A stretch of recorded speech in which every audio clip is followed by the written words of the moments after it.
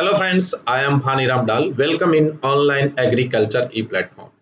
Friends, today we are going to discuss about current status and data of forest in India according to Forest Survey of India. है ना? तो आज अपने बात करने वाले हैं जो वन के यानी वन विभाग या मैं बोलूं कि वन के जो डेटा है, फॉरेस्ट के जो डेटा है, उन पर अपने डिस्कस करेंगे और ये डेटा है वो फॉरेस्ट सर्वे ऑफ इंडिया के अकॉर्डिंग है। ये डेटा डिस्कस करने से पहले अपने को टाइप ऑफ जो फॉरेस्ट है या मैं बोलूं फॉरेस्ट कवर क्लासिफिकेशन की कुछ टर्म्स है उनके बारे में भी अपने को पता होना चाहिए ताकि डेटा में आपको रटना न पड़े, थोड़ी समझ भी रहे ना।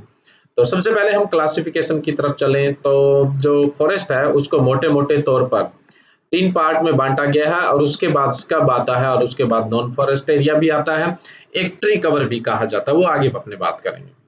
सबसे पहले है वेरी डेंस फॉरेस्ट। देखो वेरी डेंस फॉरेस्ट क्या होता है?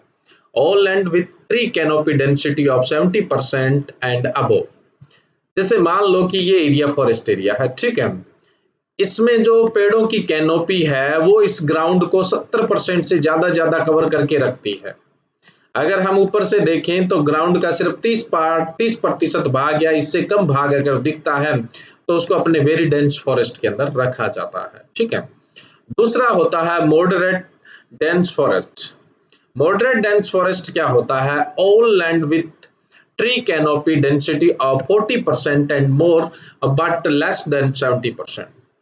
यहाँ पे मॉडरेट यानी मध्यम जो सघनता वाले वन है, अधिक सघनता वाले यानी वेरी डेंस है, जिनकी ट्री कैनोपी है मोर देन 70% है, वो ग्राउंड को कवर करके रखती है। कहने का मतलब ये था मॉडरेट डेंस फॉरेस्ट है। इसमें क्या है, जो ग्राउंड कवर करती है, जो ट्री कैनोपी होती है 40 से ज्यादा और 70 से कम, कह सकते हैं 40 to 70% के बीच में ये कवर करती है।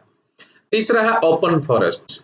ओपन फॉरेस्ट क्या है? All land with tree canopy density of 10 to 40% कह सकते हैं, यानी more than 10% and less than 40%। यानी जो ग्राउंड कवर है वो ट्री के द्वारा कितना किया होना चाहिए, 10 to 40 के बीच में है, तो हम उसको ओपन फॉरेस्ट कैटेगरी में रखते हैं। ये 3 टाइप का फॉरेस्ट हो गया। अब होता है एक स्कब। स्कब का मतलब होता है degraded forest land with the canopy density less than 10%। यानी कोई ऐसा डिग्रेड फॉरेस्ट, यानी पहले फॉरेस्ट था वो खत्म हो गया है, अब यहाँ पे जो ट्री कैनोपी है यानी दूर दूर कोई पेड़ है सिर्फ ग्राउंड के लेस देन 10% यानी 10% से कम पार्ट को कवर करके रखती है, तो अपने उसको क्या बोल देते हैं? स्कब बोल दिया जाता है। नॉन फॉरेस्ट एरिया कौन सा है? Land not include in any of the above classes. इनमें से कोई क्लास से जो बिलोंग नहीं करता है उसको अपने क्या बोल देते हैं? नॉन फॉरेस्ट एरिया बोल दिया जाता है, ठीक है। अब अपने डेटा की बात करें। डेटा से पहले हम आपको बता देते हैं कि online agriculture India largest agriculture e platform है, जिस पर आपको एग्रीकल्चर रिलेटेड जितने भी कम्पिटिटिव एग्जाम हैं उनका प्रिपरेशन इंग्लिश और हिंदी दोनों ही मीडियम में करवाया जाता है। आप हिंदी मीडियम के कोर्स कर सकते हैं और इंग्लिश मीडियम के कोर्स कर सकते हैं। यहाँ पर आपको बैंक AFO, उसके अलावा ACF, RRBS, SO, competitive agriculture exam, ठीक है, जितने भी हैं, DDSO, pre PG Rajasthan, agriculture officer, WO Rajasthan, ARO agriculture chemistry जो अभी पोस्ट आई हुई है, WO Uttarakhand, agriculture supervisor, UPTHT, JET, BHU UG, ICR UG, NSC, even CBSE और BSCR। CBSE यानी जो सेंटर बोर्ड है, BSCR board of secondary education Rajasthan है, इसका जो 11th-12th है वो एग्रीकल्चर में, कम्पिटिटिव हॉर्टिकल्चर का कोई भी एग्जाम है। और बहुत जल्द हम बहुत सारे सब्जेक्ट के अंदर जो JRF का कोर्स है वो लेके आ रहे हैं। नेमेटोलॉजी में ऑलरेडी हमारा कोर्स JRF के लिए रन किया जा रहा है। और फर्दर इंफॉर्मेशन आपको चाहिए तो ये नीचे दिए गए नंबर है, इन पे आप व्हाट्सअप कर सकते हैं, और फिर भी आपके किसी चीज की और क्वेरीज बचती हैं तो आप इन पर कॉल कर सकते हैं, ठीक है। तो ऑनलाइन एग्रीकल्चर वेबसाइट के रूप में भी अवेलेबल है, और उसके अलावा इसका ऐप भी आप डाउनलोड कर सकते हैं। प्ले स्टोर में जाकर ऑनलाइन एग्रीकल्चर से आप इसको सर्च करके डाउनलोड किया जा सकता है। नेक्स्ट अपने बात करते हैं हम डेटा की, है ना। तो पहले तो हमने क्लासिफिकेशन की बात कर ली, अब हम डेटा की बात करें। इंपॉर्टेंट डेटा है, यहाँ से एग्जाम में क्वेश्चन पूछा जा सकता है। अब देखो वेरी डेंस फॉरेस्ट है वो इंडिया में 99,278 स्क्वायर किलोमीटर में है, और ये कुल जो जियोग्राफिकल एरिया इंडिया का यानी भारत का भौगोलिक क्षेत्र है उसका अबाउट 3.02% है। अगर हम मॉडरेट डेंस फॉरेस्ट की बात करें तो ये 3,08,472 3,08,472 स्क्वायर किलोमीटर में फैला हुआ है और टोटल जियोग्राफिकल एरिया में इसका जो हिस्सेदारी है, इसका जो परसेंटेज है वो 9.39% है। नेक्स्ट ओपन फॉरेस्ट की बात करें तो ओपन फॉरेस्ट है 3,04,499 3,04,499 स्क्वायर किलोमीटर में फैला हुआ है और टोटल जियोग्राफिकल एरिया में इसका कंट्रीब्यूशन है 9.26%। अब टोटल फॉरेस्ट कवर की अगर अपने बात करें तो टोटल फॉरेस्ट जो कवर है वो है 12,249 स्क्वायर किलोमीटर है, जो टोटल जियोग्राफिकल एरिया में 21.67% है। ठीक है, तो ये टोटल इंडिया के अंदर फॉरेस्ट एरिया आता है। अब हम बात करें स्कब की तो स्कब जो है वो 46,297 स्क्वायर किलोमीटर में फैला हुआ है, जो टोटल जियोग्राफिकल एरिया का 1.41% कवर करता है। बाकी जो रिमेनिंग पार्ट है वो है अपना नॉन फॉरेस्ट एरिया, तो टोटल जियोग्राफिकल एरिया अपना 32,87,469 स्क्वायर किलोमीटर है। ठीक है, और ये टोटल यहाँ पे सम कर जाओगे तो ये हो गया 100। तो ये जो टेबल है बहुत इंपॉर्टेंट है, फॉरेस्ट सर्वे ऑफ इंडिया की टेबल है। नेक्स्ट अपने बात करें forest tree cover of India in 2009। Forest और ट्री कवर, अब देखो ट्री कवर क्या कहा किसे कहते हैं, यहाँ पे ट्री कवर की भी अपने डेफिनेशन देख लेते हैं। It comprises of tree patches of size less than 1 hectare occurring outside the recorded forest area. Tree cover वो एरिया होता है जो फॉरेस्ट एरिया, रिकॉर्डेड जो फॉरेस्ट एरिया होता है उससे बाहर होता है और ये एरिया लेस देन 1 हेक्टेयर होता है। Tree cover include tree in all formation include scattered trees, है ना, इसमें सभी फॉर्म में ट्रीज मिल सकते हैं आपको। देखो एक तो स्कब था, वहां पे कहीं ना कहीं फॉरेस्ट था जो डिग्रेड हो गया है, उसकी वजह से उसकी कैनोपी बची है, लेकिन वो मतलब पहले फॉरेस्ट था, रिकॉर्डेड एरिया में था। ट्री कवर ऐसा एरिया जो रिकॉर्डेड के अंदर नहीं आता है। ठीक है, तो ये हो गई अपने डेफिनेशन की बात। यहाँ पे ट्री कवर फॉरेस्ट हालांकि डेटा अपने पहले ही देख चुके हैं, यहाँ सिर्फ अपने नई बात है वो ट्री कवर की भी देखना है यहाँ पे। तो फॉरेस्ट का तो अपने ये डेटा पहले देख चुके हैं ऊपर। नेक्स्ट अपने ट्री कवर की बात करें तो ट्री कवर है इंडिया में 95,027 स्क्वायर किलोमीटर, जो टोटल जियोग्राफिकल एरिया का 2.89% है। तो ये यहाँ पे नीचे की भी टेबल देख सकते हो, इसमें स्कब भी दिया हुआ है, ट्री कवर भी दिया हुआ है। ठीक है, दोनों ही दिया हुआ है, तो आप यहाँ देख सकते हैं। नेक्स्ट अपने बात करें recorded forest area in state and union territory. देखो अलग अलग जो स्टेट है वहां पर फॉरेस्ट का एरिया कितना कवर होता है, कितने वो अपने जियोग्राफिकल एरिया को कवर करते हैं, कितने परसेंट टोटल जियोग्राफिकल एरिया में उनकी हिस्सेदारी है।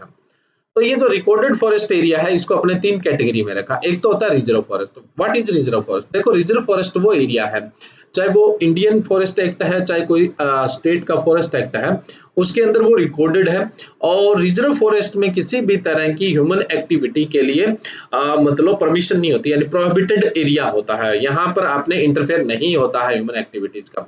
मे भी कुछ रेयर एक्टिविटीज का मतलब यहाँ पर हो सकती है, लेकिन वो भी परमिशन के साथ ही पॉसिबल है।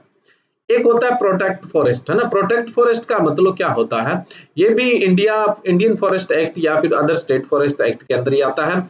इसमें क्या होता है कि जो फॉरेस्ट होता है उसमें ह्यूमन एक्टिविटी को प्रोहिबिट नहीं किया जाता। बहुत कम ऐसी एक्टिविटीज हो सकती है जिनको प्रोहिबिट किया जा सकता है, अदरवाइज ऑल एक्टिविटीज के लिए क्या है, यहाँ परमिशन है, यानी ह्यूमन इंटरफेयर है। अनक्लास फॉरेस्ट कौन सा है, दोनों कैटेगरी में नहीं आता, उनको अनक्लास फॉरेस्ट बोला जाता है। इन तीनों कैटेगरी को मिला के रिजर्व फॉरेस्ट एरिया बोला जाता है। तो ये यहाँ पे एरिया है, सॉरी ये रिजर्व एरिया क्या, सॉरी रिकॉर्डेड फॉरेस्ट एरिया बोला जाता है। ये है रिजर्व फॉरेस्ट एरिया, ये प्रोटेक्ट फॉरेस्ट एरिया और ये अनक्लास, जो दोनों में नहीं आता। इनका जो टोटल होगा जैसे वो कहलाएगा रिकॉर्डेड फॉरेस्ट एरिया कहलाएगा। यहाँ पे अपने परसेंटेज दिया हुआ है उस स्टेट का या यूनियन टेरिटरी का जितना जियोग्राफिकल एरिया है उसमें से क्या परसेंटेज है, मतलब जो फॉरेस्ट कवर करता है। तो अपने यहाँ दो चीजें देखनी है। एक तो ये देखना है कि सबसे ज्यादा फॉरेस्ट एरिया कहाँ पर है, यानी स्क्वायर किलोमीटर के हिसाब से सबसे ज्यादा फॉरेस्ट एरिया कौन से स्टेट के अंदर है, पहला तो ये देखना है। और दूसरा अपने को ये देखना है कि परसेंटेज है वो सबसे ज्यादा कौन कवर करता है। जो परसेंटेज है वो सबसे ज्यादा कौन कवर करता है। तो सबसे पहले हम यहाँ देखें, सबसे ज्यादा जो फॉरेस्ट एरिया है, परसेंटेज नहीं, टोटल जो स्क्वायर किलोमीटर में सबसे ज्यादा है वो मध्य प्रदेश का है। देखो ये मध्य प्रदेश का टोटल जियोग्राफिकल एरिया है। टोटल जियोग्राफिकल एरिया है 3,08,252 स्क्वायर किलोमीटर है, ठीक है। और इसका जो फॉरेस्ट एरिया है वो 94,689 स्क्वायर किलोमीटर है। हालांकि टोटल जो कवर है वो 30.72% है, लेकिन अगर स्क्वायर किलोमीटर के हिसाब से देखा जाए तो सबसे ज्यादा जो फॉरेस्ट एरिया है वो कहां पर है, मध्य प्रदेश के अंदर है। ये सबसे इंपॉर्टेंट क्वेश्चन है, सबसे ज्यादा फॉरेस्ट एरिया मध्य प्रदेश के अंदर है। नेक्स्ट अगर अपने बात करें मध्य प्रदेश के, अगर बाद की बात करें तो हम अब परसेंटेज की बात करते हैं। चलो अपने सेकंड नंबर स्टेट और थर्ड नंबर स्टेट की भी यहां पर बात कर लेते हैं। तो सेकंड नंबर पे जो फॉरेस्ट एरिया आता है वो महाराष्ट्र का आता है, ठीक है।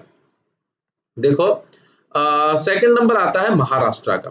महाराष्ट्र का जियोग्राफिकल एरिया है 3,07,713 स्क्वायर किलोमीटर, और यहाँ पर फॉरेस्ट एरिया है वो है 61,579 स्क्वायर किलोमीटर है, यानी 61,579 किलोमीटर एरिया में फैला हुआ है। हालांकि सिर्फ और सिर्फ परसेंटेज में बात करें तो ये 20.01% ही है, लेकिन स्क्वायर किलोमीटर के बाद मतलब देखें तो मध्य प्रदेश के बाद सेकंड पोजीशन पे है वो कौन सा है, महाराष्ट्र है। और अगर आप थर्ड पोजीशन पे देखोगे तो थर्ड पोजीशन पे आपको मिलेगा उड़ीसा।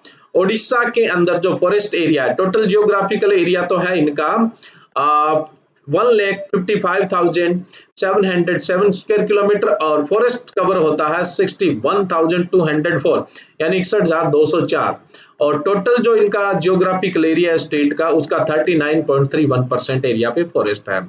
यानी फर्स्ट पोजीशन पे अगर एरिया वाइज देखें तो एमपी है, सेकंड नंबर पे महाराष्ट्र है, और थर्ड नंबर पे देखें तो ओडिशा है।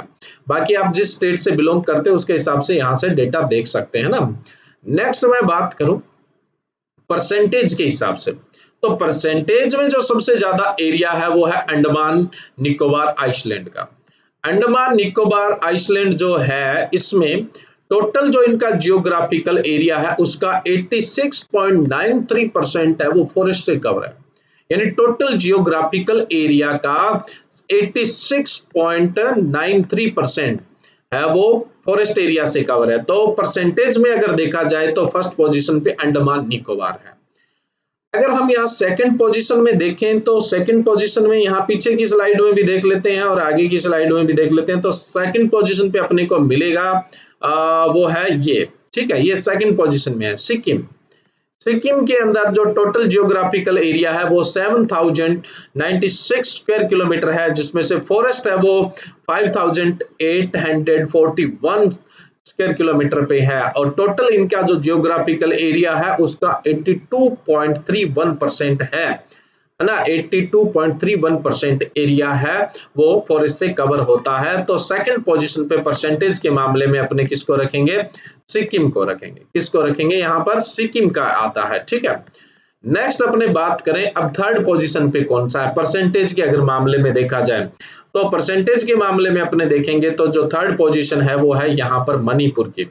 मणिपुर का टोटल जियोग्राफिकल एरिया है 22,327 स्क्वायर किलोमीटर, जिसमें से फॉरेस्ट कवर होता है 17,418 स्क्वायर किलोमीटर, जो टोटल जियोग्राफिकल एरिया का 78.01% है, ठीक है।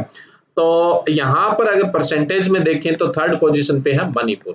अब ध्यान रखना आपसे एग्जाम में पूछ ले टोटल एरिया कौन से स्टेट में ज्यादा है, फर्स्ट एमपी, सेकंड महाराष्ट्र और third Odisha.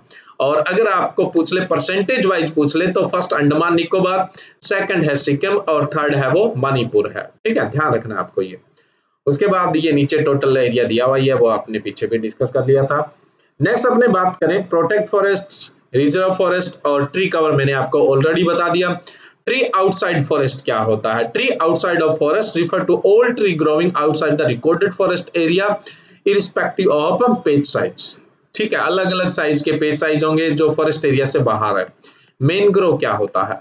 Salt tolerant evergreen forest ecosystem found mainly in tropical and subtropical coastal and और intertidal region। जो कोस्टल बेल्ट है या इंटरटाइडल रीजन है वहां पे साल्टी एरिया है या कुछ कई बार जैसे मतलब मार्सी लैंड भी होता है, तो वहां पर जो वेजिटेशन होती है वो मैनग्रोव होती है। Then what is mangrove cover?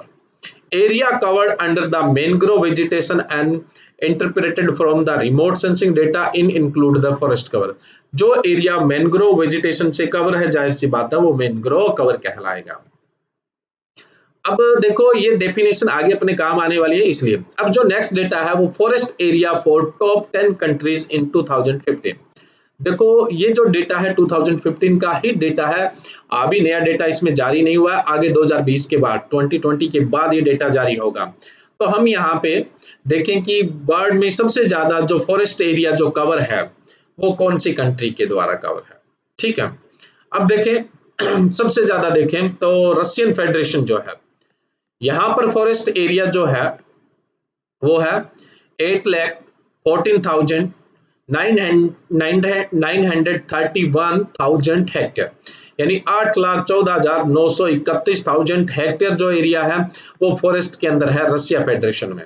ये टोटल जो इनकी कंट्री है उसका जो परसेंटेज है 48%, इनके टोटल जियोग्राफिकल एरिया का 48% है। वहीं पे ग्लोबल फॉरेस्ट अगर देखें पूरे वर्ल्ड के फॉरेस्ट में इसकी हिस्सेदारी, टोटल जो वर्ल्ड में फॉरेस्ट है उसमें इसका शेयरिंग क्या है 20% इसका शेयरिंग है। नेक्स्ट सेकंड पोजीशन पे है ब्राजील। ब्राजील के अंदर जो फॉरेस्ट एरिया है वो है 4,93,538,000 स्क्वायर हेक्टेयर, यानी 4,93,538 हेक्टेयर है, जो इनकी कंट्री का कुल जियोग्राफिकल एरिया का 58% कवर करता है और वर्ल्ड के टोटल फॉरेस्ट में से इसकी जो हिस्सेदारी है वो 12% है। लेकिन इसका जो फॉरेस्ट है उसके अंदर बहुत बड़ा रोल है। नेक्स्ट अपने बात करें कनाडा। कनाडा का जो फॉरेस्ट एरिया है वो 3,47,069,000 हेक्टेयर है, यानी 3,47,69,000 हेक्टेयर है, जो इनके टोटल कंट्री के जियोग्राफिकल एरिया के हिसाब से 35% है। और टोटल वर्ल्ड का जो फॉरेस्ट है उसमें 9% हिस्सेदारी है। फोर्थ पोजीशन पे यूएसए है, फिफ्थ पे चाइना है, सिक्स पे अपने देखें तो democratic Republic of the Congo है, उसके अलावा फिर सातवें पे ऑस्ट्रेलिया है, 8 नंबर पे इंडोनेशिया है, 9 नंबर पे पेरू है और 10 नंबर पे इंडिया है। देखो इंडिया जो है वो टोटल वर्ल्ड का केवल 2% एरिया ही कवर करता है, पूरे वर्ल्ड का जो फॉरेस्ट है उसका ओनली 2% कवर करता है। ठीक है, नेक्स्ट अपने बात करें forest cover change matrix for India between 2017 to 2009 assessment. 2017 से 19 के बीच में फॉरेस्ट में क्या चेंजेस आया। सबसे पहले हम बात करें वेरी डेंस फॉरेस्ट में, तो वेरी डेंस फॉरेस्ट 2019 के अंदर है 99,278 square kilometre, sorry square, okay ठीक है स्क्वायर किलोमीटर है, और 2017 में था ये 98,158 स्क्वायर किलोमीटर।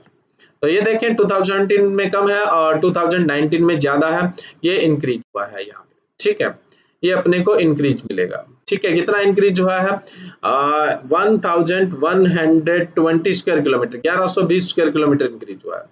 वहीं पे अपने बात करें मॉडरेट डेंस फॉरेस्ट की, मॉडरेट डेंस फॉरेस्ट की बात करें तो 2017 में था 3,08,318 3,08,318 स्क्वायर किलोमीटर, जो इंक्रीज हुआ और ये हो गया 3,08,472।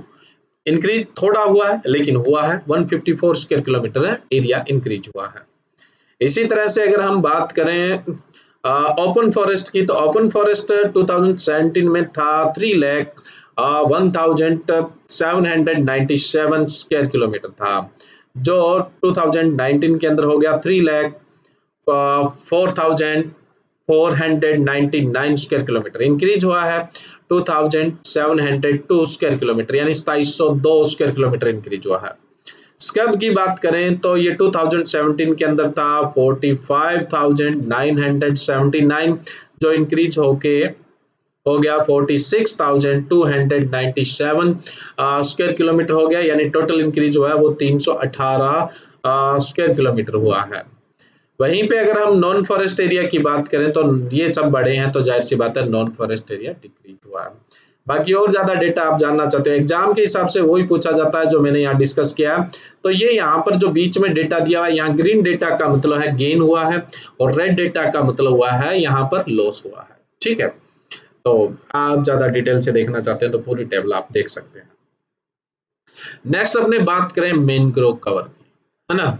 मैंग्रोव जो कवर है वो कितना है, इसमें भी वेरी डेंस मैंग्रोव है, मॉडरेट डेंस मैंग्रोव है, ओपन मैंग्रोव है और टोटल है। ये तीनों कैटेगरी को सम कर दें तो ये टोटल हो जाएगा। तो इस हिसाब से अगर हम देखें मैंग्रोव का, तो इंडिया में जो टोटल मैंग्रोव है वो है लगभग अपने 4975 स्क्वायर किलोमीटर, यानी 4975 है। ठीक है, और अगर हम यहाँ पे देखें सबसे ज्यादा जो मैंग्रोव है वो एरिया कहाँ पर है। ठीक है, तो टोटल सबसे ज्यादा जो मैंग्रोव आपको मिलेगा वो वेस्ट बंगाल में मिलेगा। कितना है, 2112 स्क्वायर किलोमीटर, यानी 2112 स्क्वायर किलोमीटर है। तो ये सबसे ज्यादा मैंग्रोव कहाँ पर है, वेस्ट बंगाल के अंदर है। उसके बाद हम सेकंड पे देखें तो सेकंड में आपको मिलेगा गुजरात, यहाँ पे 1177 स्क्वायर किलोमीटर यानी 1177 स्क्वायर किलोमीटर है, ये सेकंड पोजीशन पे है। और इसके बाद अगर आप थर्ड पोजीशन पे जाओगे तो अंडमान निकोबार आइसलैंड है, वहां पर मैंग्रोव कवर है वो है 616 स्क्वायर किलोमीटर यानी 616 स्क्वायर किलोमीटर। तो मैंग्रोव में फर्स्ट वेस्ट बंगाल, सेकंड गुजरात और थर्ड कौन सा है, अंडमान निकोबार आइसलैंड। ठीक है, ये हो गया अपना मैंग्रोव कवर। अब अगर हम परसेंटेज में देखें मैंग्रोव कवर के अंदर, तो परसेंटेज आप देख सकते हो यहाँ पे, ये सबसे ज्यादा वेस्ट बंगाल में 42.45%, उसके बाद सेकंड पोजीशन गुजरात के 23.66%, और उसके बाद थर्ड पोजीशन पे अपने अंडमान निकोबार की बात कर रहे थे 12.39%, और उसके बाद फिर जो डेटा है वो आंध्र प्रदेश का आता है 8.12%, और उसके बाद जो डेटा है वो आता है महाराष्ट्र का 6.44%, है ना। तो ये मतलब मैंग्रोव की कवर का स्टेटस है। नेक्स्ट कई बार इससे भी डेटा पूछा जा सकता है, जैसे वेरी डेंस फॉरेस्ट कौन से स्टेट में सबसे ज्यादा है। तो अगर आप वेरी डेंस फॉरेस्ट देखोगे तो सबसे ज्यादा आपको मिलेगा ये अरुणाचल प्रदेश के अंदर मिलेगा। ठीक है, और मीडियम डेंस फॉरेस्ट पूछ ले तो सबसे ज्यादा आपको मध्य प्रदेश में मिलेगा, और वहीं पर अगर आपसे ओपन फॉरेस्ट का एरिया पूछ ले तो ये भी मध्य प्रदेश में आपको सबसे ज्यादा मिलेगा। तो वेरी डेंस फॉरेस्ट है सबसे ज्यादा अरुणाचल प्रदेश में, और मीडियम डेंस फॉरेस्ट और ओपन डेंस फॉरेस्ट है वो सबसे ज्यादा आपको देखने को मिलेगा मध्य प्रदेश के अंदर देखने को मिलेगा। ठीक है, तो मेजर मेजर डेटा तो अपना कंप्लीट होता है। बाकी अगर कोई और डेटा ज्यादा, आप फॉरेस्ट्री के स्टूडेंट है तो आप जानते हैं फॉरेस्ट सर्वे ऑफ इंडिया की जो रिपोर्ट है वो डाउनलोड करके उसको डिटेल से देख सकते हैं। Thank you.